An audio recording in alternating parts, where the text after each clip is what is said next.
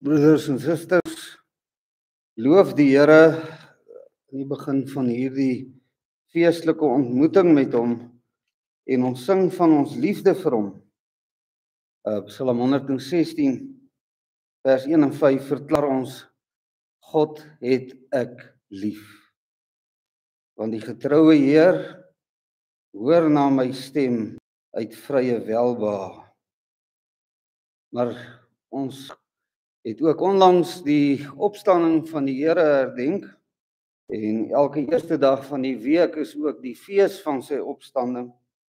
Daarom sing ons ook van die heerlike gawe, opstanding in vers 5. U het my siel wie dood bevry. In droefenis droog u, o Here, my traan. U lei my voet langs nuwe lewensbane om lig te wandel, lewensbly. Ons sing vers 1, dan ontvang ons die seën van die Here en dan antwoord ons op die seën van die Here met vers 5.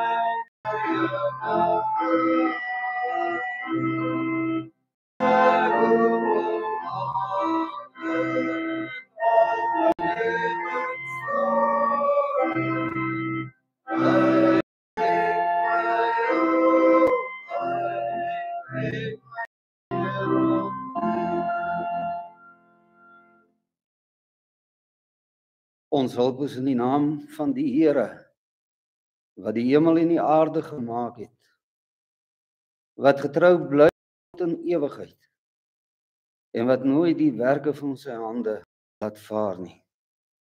Amen. Geliefdes in ons Here Jesus, genade, barmhartigheid en vrede word u geskenk van God ons Vader en die Here Jesus Christus deur die kragtige werk van die Heilige Gees. Amen.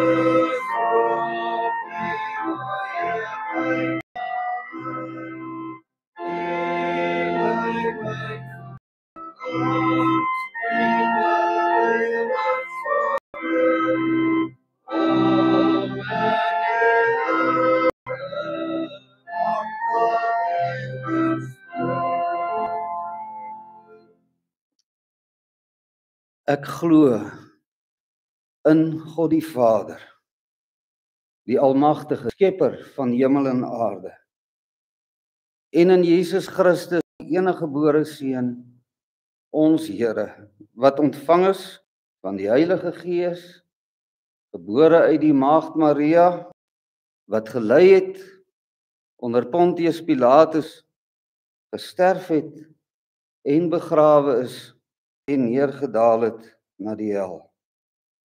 Wat op die 3de dag aan het uit die dood, opgevaar het na die hemel en sit aan die regterhand God die almagtige Vader, waarvandaan hy sal kom om die lewendes en die dooies te oordeel.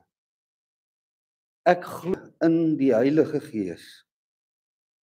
Ek glo aan 'n heilige, algemene, Christelike kerk, die gemeenskap van die heiliges, die vergifnis van sondes, die opstanding van die liggaam en 'n ewige lewe.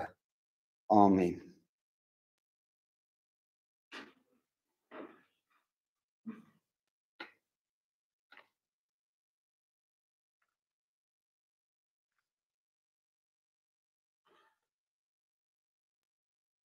Ons het vanmôre in die begin van hierdie erediens verklaar dat ons die Here liefhet. En die Here sê, as jy my liefhet, bewaar my gebooie. En kom ons luister na die wet van die Here, omdat ons hom liefhet. En omdat ons so wil lewe, dat hy in ons lewens verheerlik sal word. Nadat ons dan ook geluister na die wet van die Here, antwoord ons daarop met Psalm 90, vers 1 en 3. 69 vers 1 en 3, daarom bely ons ook ons skuld as ons sê, help my o God, want ek vergaan. As ons sien hoe dat ons telke male maar weer vasloop teen onsself, eie sonde en ons eie sondige begeertes.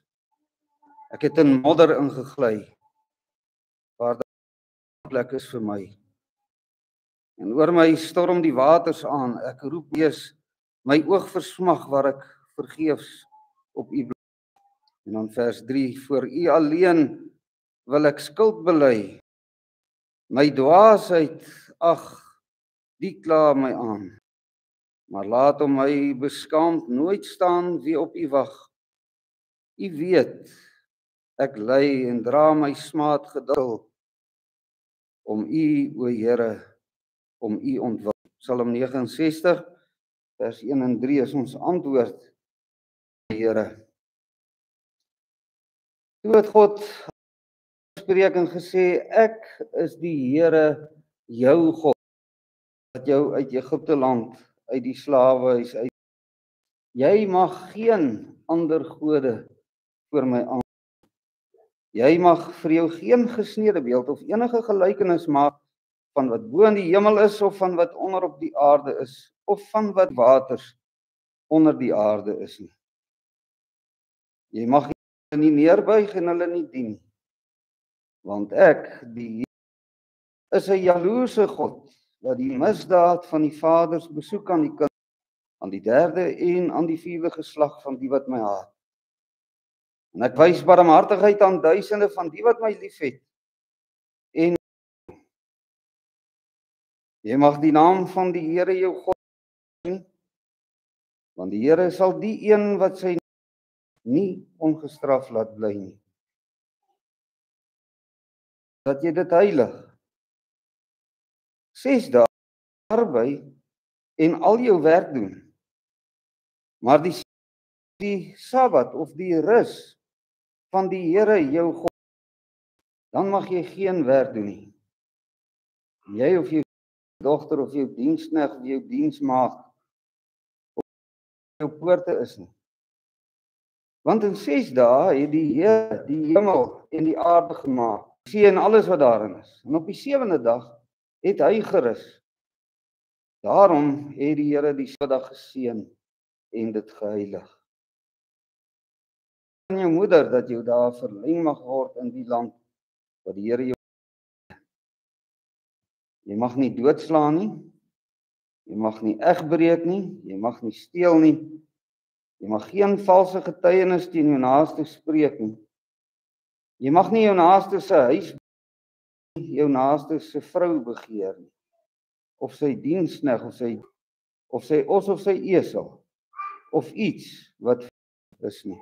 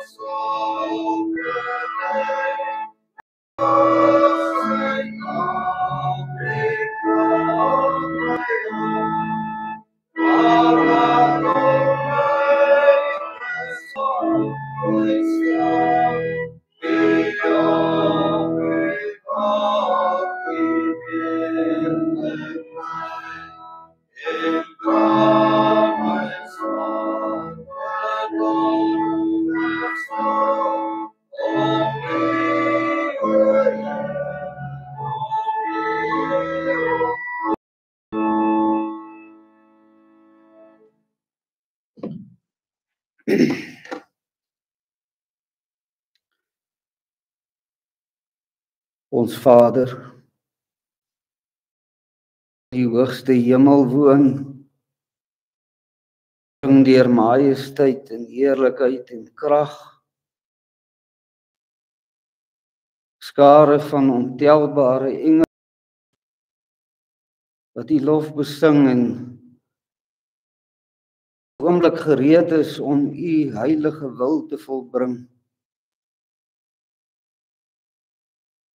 Kragte wat U uitstuur ter wille van ons,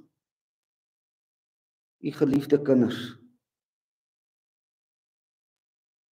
Ons loof U en ons dank U dat ons U die van hemel en aarde kan aanbid as ons Vader. Omdat U geliefd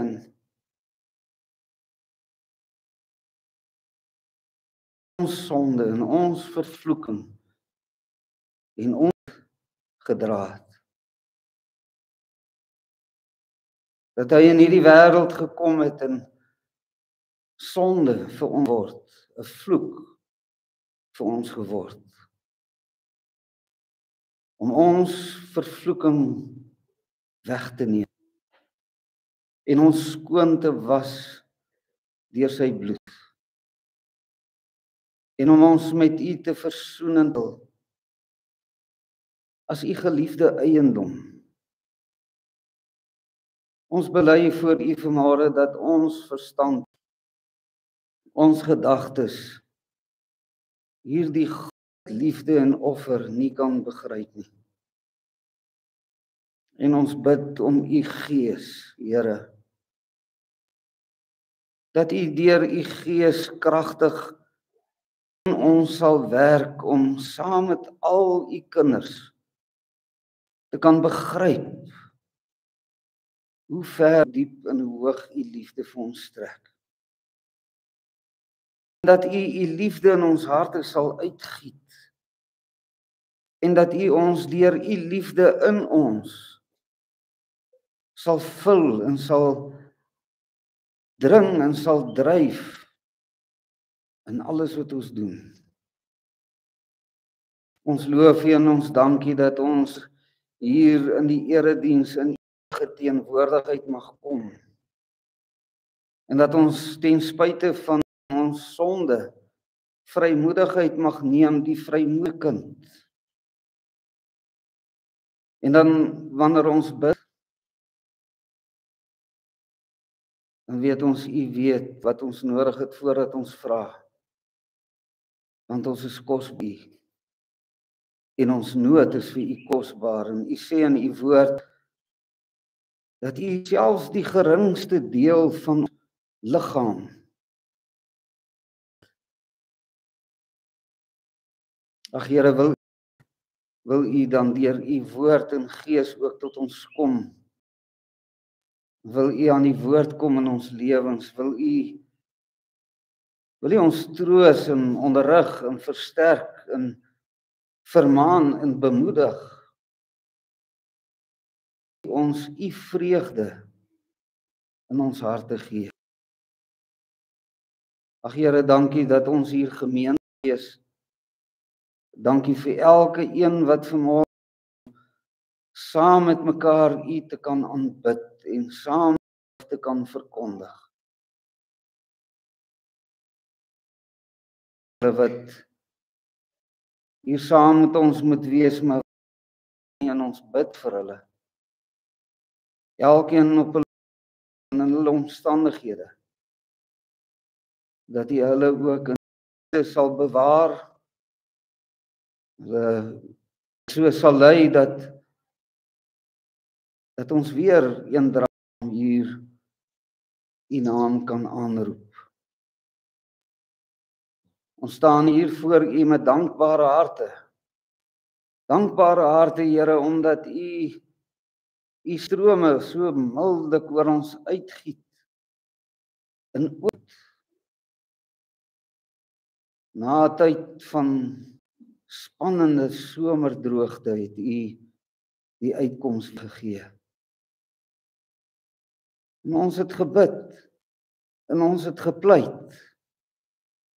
En nou wil ons dank bewys. Nie net wanneer ons sing nie, maar wanneer ons onsself gee as lewende en heilige dankoffers aan U.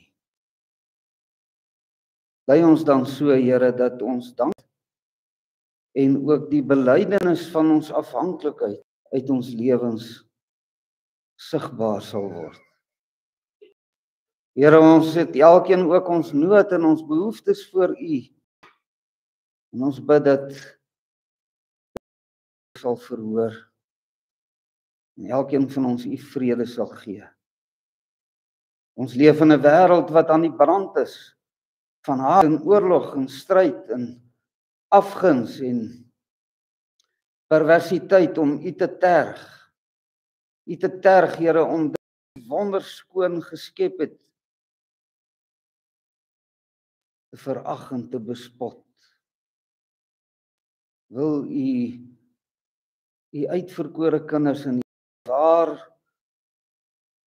wil U ons bymekaar, wil U die getal laat vol word sodat U sal kom op die wolke om U vyande te vernietig. En ons saam met U in U heerlikheid. Maar gee dat ons ook in hierdie wêreld van die evangelie deur ons lewens skyn.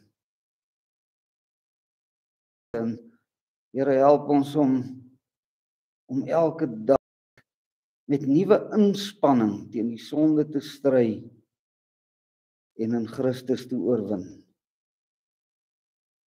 Ons vra dit in Jesus se naam. Amen.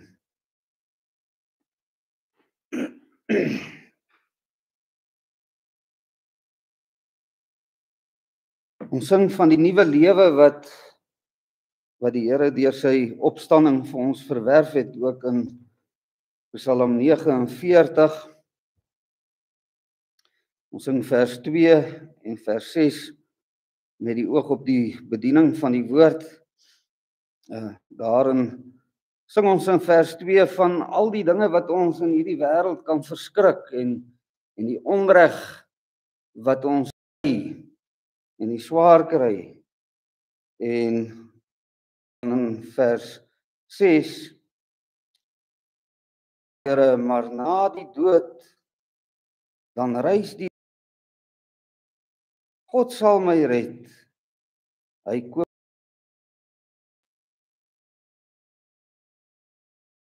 my dan op in ewige heerlikheid.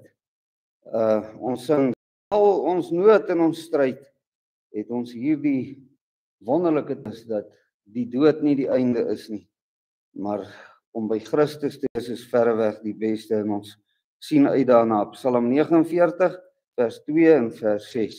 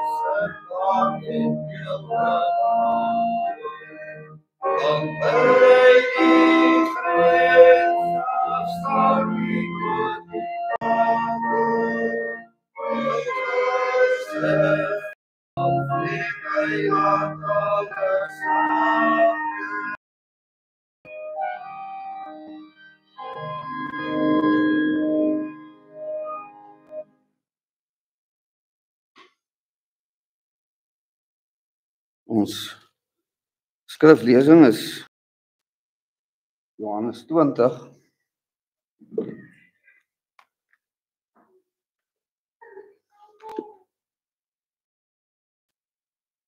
Johannes 20, ons vers 1 tot 18. Ook daarmee saam Sondag 17. Wat ons belydenis is dit van die Here Jesus Christus se opstanding vir ons. Johannes 20 vers 1 tot. En op die eerste week kom Maria Magdalena vroeg, terwyl dit nog donker was by die en sien dat die steen van die graf weggeneem was. Sy hardloop toe en kom by Simon Petrus en by die ander disipel vir wie Jesus liefgehad het. Hulle het die Here uit die graf weggeneem, neergelê het. Toe gaan Petrus en die ander disipel uit en kom by die graf. En die twee het saam gehardloop. En die ander disipel het vooruit gehardloop vir Petrus en eers by die graf gekom. Neerbuk sien hy die doeke lê, maar hy het nie ingegaan. Toe kom Simon Petrus agter hom aan en gaan aan die graf, sien die doeke lê. En die doek wat sien hy nie by die doeke lê nie, maar opgerol in plek afsonderlik. Daarop by die graf gekom het ingegaan en hy het gesien en geglo. Want hulle het nog nie die son dat hy uit die dode moes opstaan nie. En die disipels het huis toe gegaan. Maar Maria het buitekant die graf gestaan. En terwyl sy ween, buig sy na die graf toe.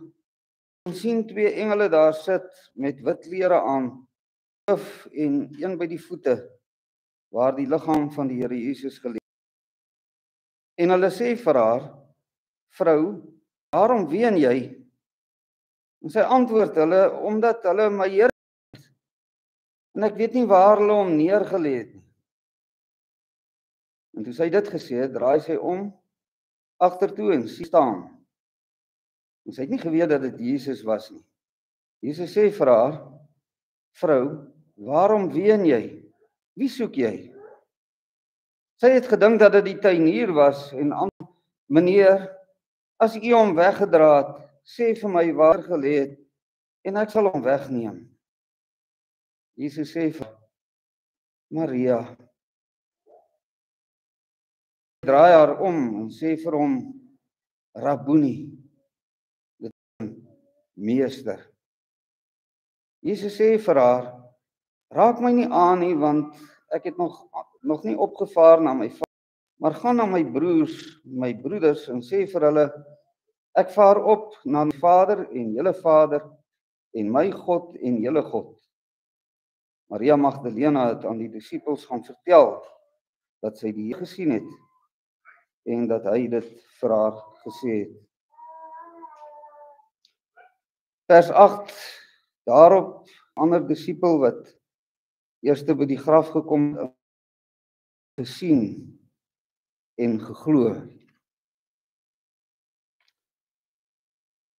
Sondag 17 vra, watter nut het die opstanding van Christus vir ons?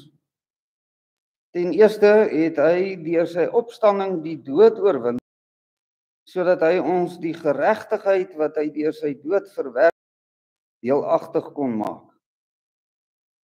Ten tweede word deur sy krag tot 'n nuwe lewe op. Ten derde is die opstanding van Christus 'n betroubare waarborg opstanding.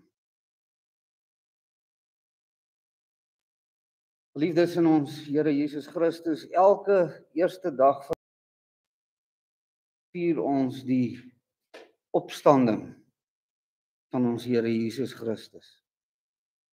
En dit is waarom kerke oor die hele wêreld en ook ons hier op die eerste dag van die week in die erediens saamkom of en aanbidding. Die eerste dag van die week is die fees van Christus se oorwinning oor die dood en die groot geskenk van die nuwe ewige lewe van heerlikheid wat ons Here Jesus in sy oneindige liefde deur sy geweldige offer verwerf en gegee het. Maar is daar dikwels 'n vreugdeloosheid in ons aanbidding. Ruimte in ons blydskap in die Here. En die rede daarvoor is dat ons dit of nie glo nie, of ons verstaan nie wat dit vir ons beteken nie,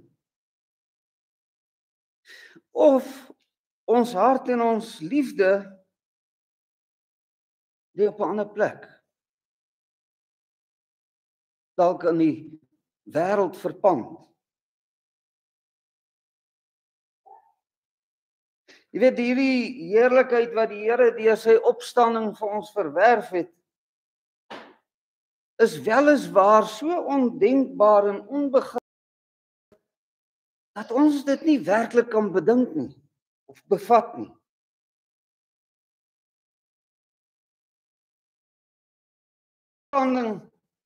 Hierdie doodsbestaan waarin ons leef om vernietig en ons daarvan verlos.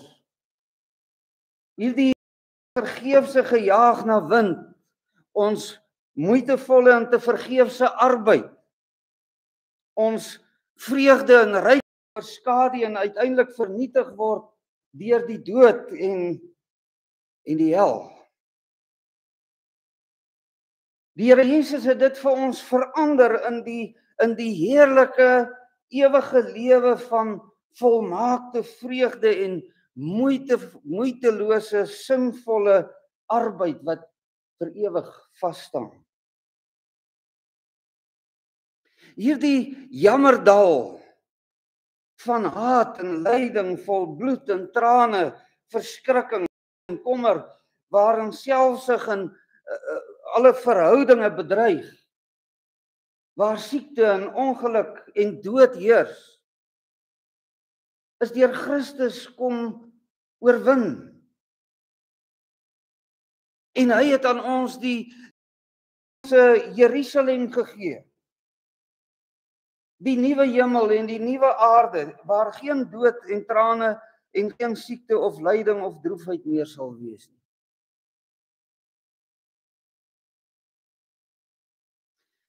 Die verskrikking van die hel, die troostelose glybaan van angs, van oordeel en die afgryslike pyniging is deur Christus se oorwinning vir ons in heerlikheid. Want hy het ons skoon gewas met sy bloed en hy het ons sonde vernietig. En nou is ons lewe verander in 'n pad na die Vaderhuis. Die hemelse paleis, ons kind te tuiste vind. En hierdie liggaam van die dood, hierdie liggaam vol swakhede en gebreke waarin die dood reeds van bevrugting af woed, is die niet gemaak tot 'n volmaakte, verheerlikte liggaam sonder gebreke, swakhede, dood, siek, om ewig by hom te leef. Hy het sy Heilige Gees om in ons te kom woon, sodat dit nie meer ons is wat, maar hy in ons. En deur sy Gees moet leef en moet sy beeld uit ons lewens skyn. Jy sien, die nuwe lewe is 'n nuwe vreugde in die Here. Dit is 'n nuwe ywer vir die Here. Dit is, soos die katekismes sê, 'n nuwe gehoorsaam. En as jy in die opstanding van Jesus Christus glo, kan jy dieselfde bly. En die vraag is, broeder en suster,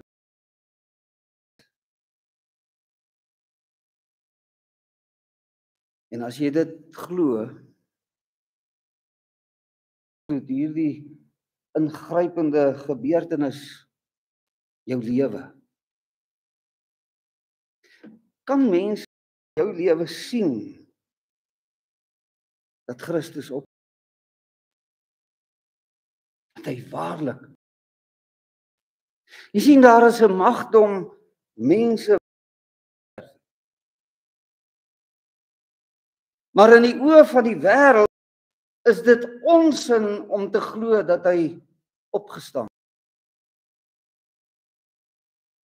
En nou sien ons dat in hierdie gedeelte dat mense op twee maniere reageer op die opstanding van die Here. Ons weet die wêreld staan dit heftig teen. Reeds van die eerste dag van sy opstanding is die leeu's en die soldate versprei dat sy liggaam gesteel het. En dan lees ons, dit word vandag nog geglo. Maar die belangrikste bewys dat die Here Jesus opgestaan lê juis in die lewe van sy kinders.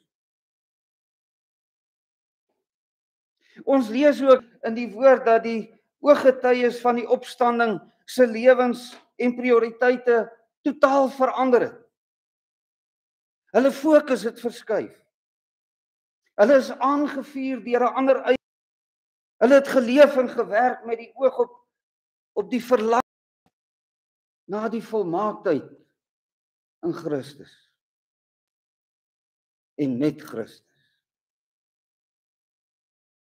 Hierdie ooggetuies was bereid om gemartel te word, om te ly en te sterf, want in Christus is die dood wins. En deur Christus se opstanding besit hulle onvernietigbare lewe, en om by Christus te wees, sê hulle, is verreweg die beste. Jy sien, die lewe van die kerk is die belangrikste bewys van Christus se opstanding. Maar juist daar lê die krisis. Jy sien, ons bely dit maklik met die mond. Ons verkondig dit van kansels af. Ons verdedig die leer. Maar die vraag is, leef ons dit? Leef die kerk dit? Leef jy dit? Jy sien, die Satan wil op allerlei slinkse maniere die waarheid van Christus se opstanding verdoesel. Ons lees in die woord dat die Here Jesus sy disippels duidelik geleer het, hulle gesê het dat hulle hom sou doodmaak, maar dat hy na 3 dae ook sal opstaan. En ook die owerpriesters het dit gehoor. Die priesters wat eintlik die werktuie van Satan is. En hulle het aksie geneem. En hulle het gevra dat die graf verseker moet word, sodat sy disippels nie in die nag kom om sy liggaam te steel. En dan sê hy het opgestaan nie.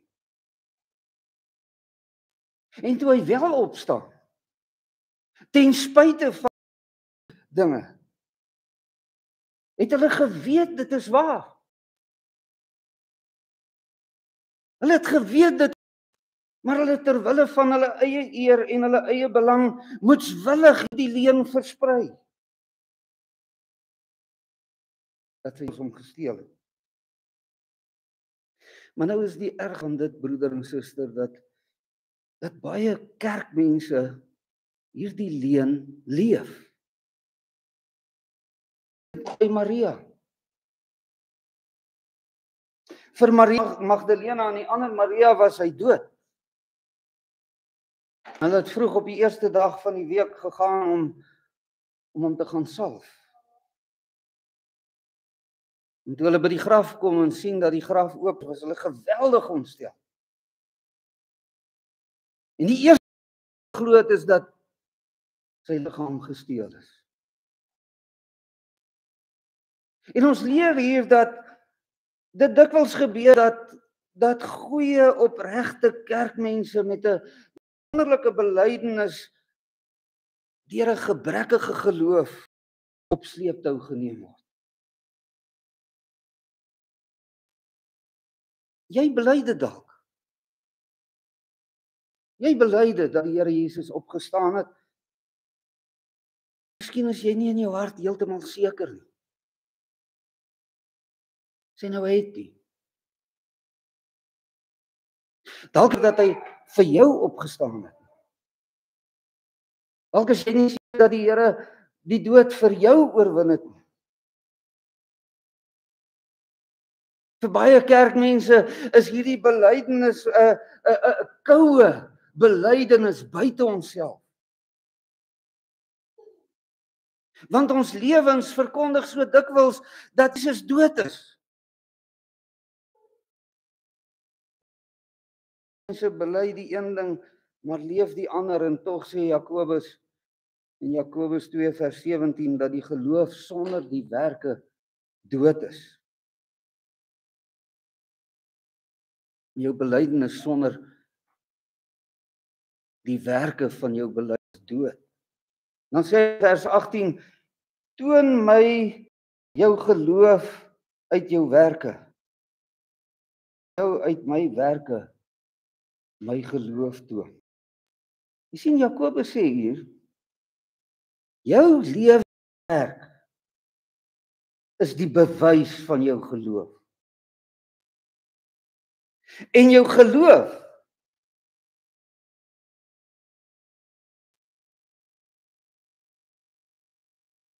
Paulus sê in 1 Korintiërs 4 vers 20, want die koninkryk van God bestaan nie in woorde nie, maar in krag.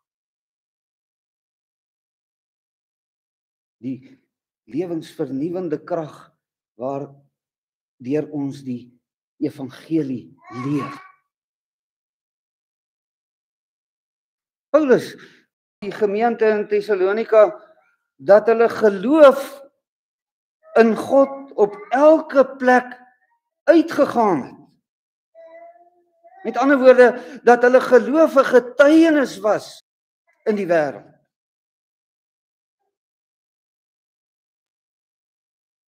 Wat verkondig ons? Wat verkondig jy deur jou lewe? Wat verkondig hierdie gemeente lewens? Broer en suster, ons is baie keer so ingegrawe in hierdie wêreld en jammer daal gryp ons vas en skommel 'n ankerlose skip op die stormsee. Ons lewens word so dikwels beheer deur vrees en kommer. En ons asof hierdie wêreld en hierdie lewe die een en die alles. Ek het maar net een lewe en ek moet die beste daarvan maak. En daarom vroeg ons en ons soek en ons leef verbete om hierdie lewe uit te droog soos 'n nat waslap.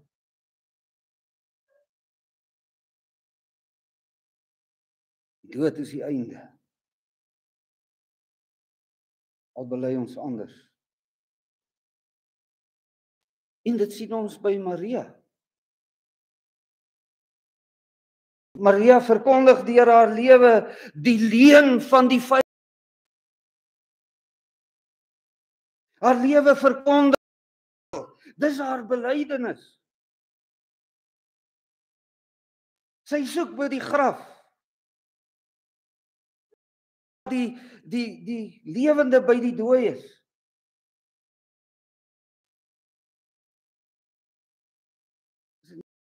Broeder en suster.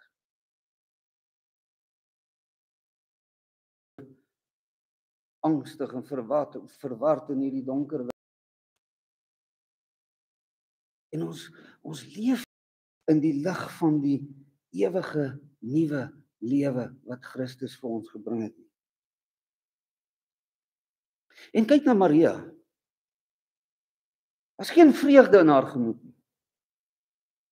En sy dra geen boodskap van troos en vreugde vir die disippels en hulle aanhoop nie. Hulle het die waarheid vir hulle gegee. Hy het dit dikwels vir hulle gesê. Maar hulle is verblind deur ongeloof en vrees. En wat maak Maria? Sy bring 'n ontsaglike slegte tyding, 'n wonderlike vreugdevolle gebeurtenis.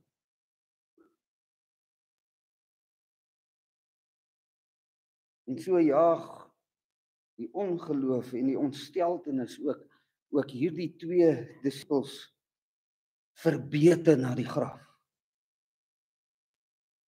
Hulle is opgejaag deur die leuen dat hy weggeneem is.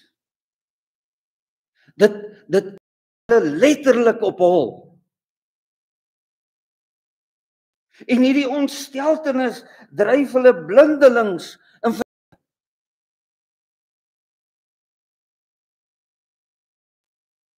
Ons beleef dit ook in ons eie lewens.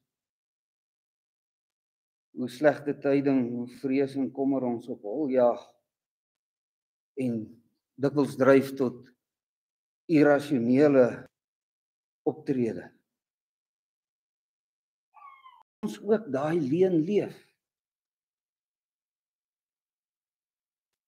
En wat doen die Heilige Gees? Die Heilige Gees leer hier in ons teks. Jesus Christus het waarlik opgestaan. En hy het besonderhede by sy opstanding gegee as die ledigste bewys teen die leuen van die owerpriesters ons sy kinders kan glo. Daardie steen wat hulle daar voor die graf gerol het was 'n groot, swaar, ronde klip.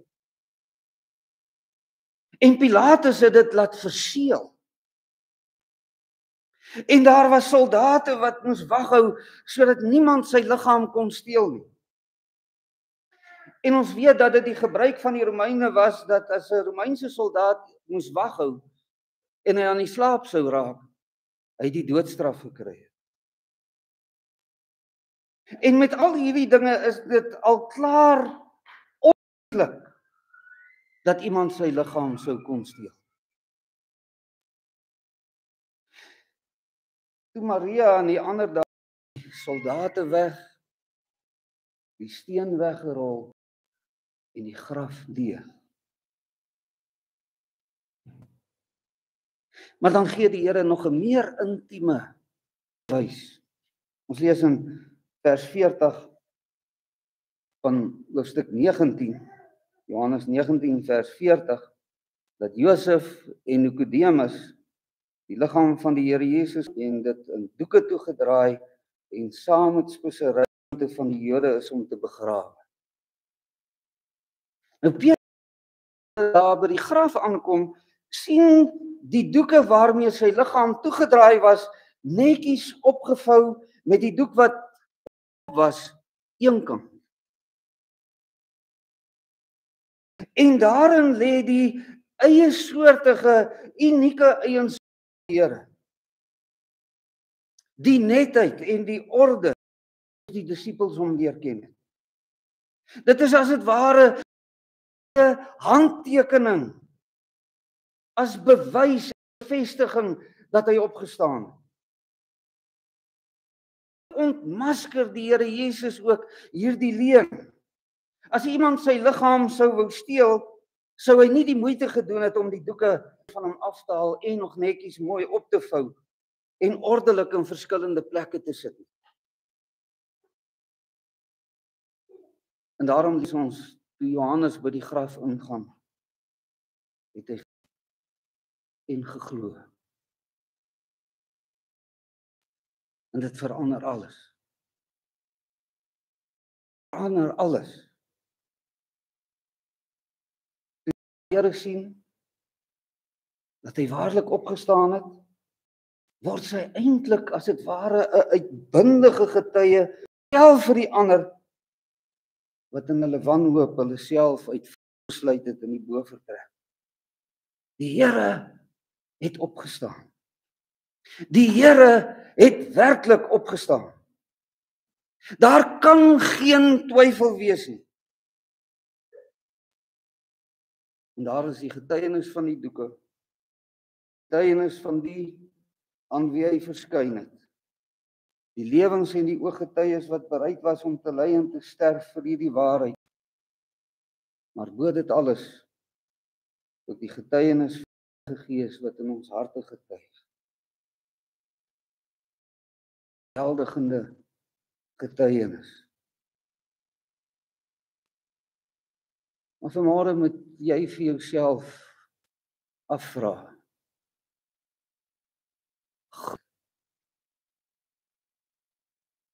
Glo ek waarlik die leuen van die owerpriester? As jy dit waarlik glo, broeder en suster, kan jy nie meer hierdie leuen leef nie. Asof hy nie opgestaan het nie. Paulus in Korintiërs 15, as Christus nie opgewek is nie, is ons prediking te vergeefs. Ons godsdienst te vergeefs. Ons stryd teen die sonde is te vergeefs. Lewens is te vergeefs. Ons gebede is te vergeefs. En dan is ons die ellendigste van alle mense. Maar in 1 Korintiërs 15 vers 20 roep, maar nou Christus is Gode. En dit maak. Leef jy dit? Amen. Kom laat ons saam dank.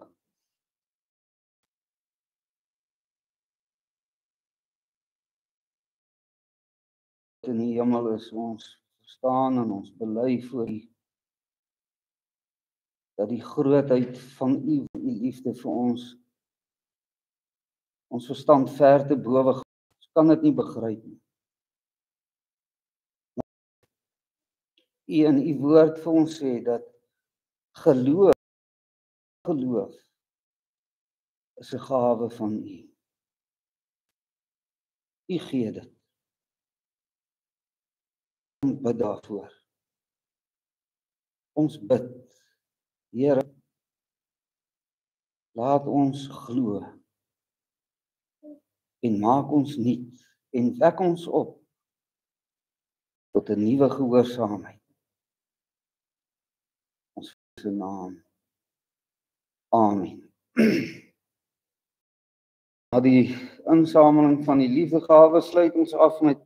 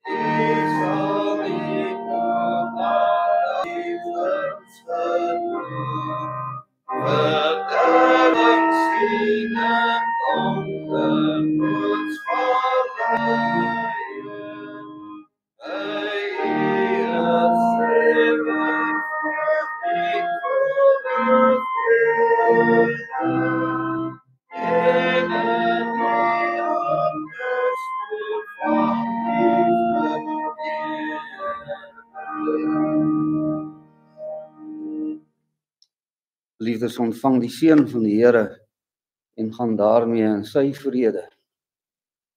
Die genade van ons Here Jesus Christus en die liefde van God ons Vader en die gemeenskap van die Heilige Gees sal met u elkeen wees. Amen.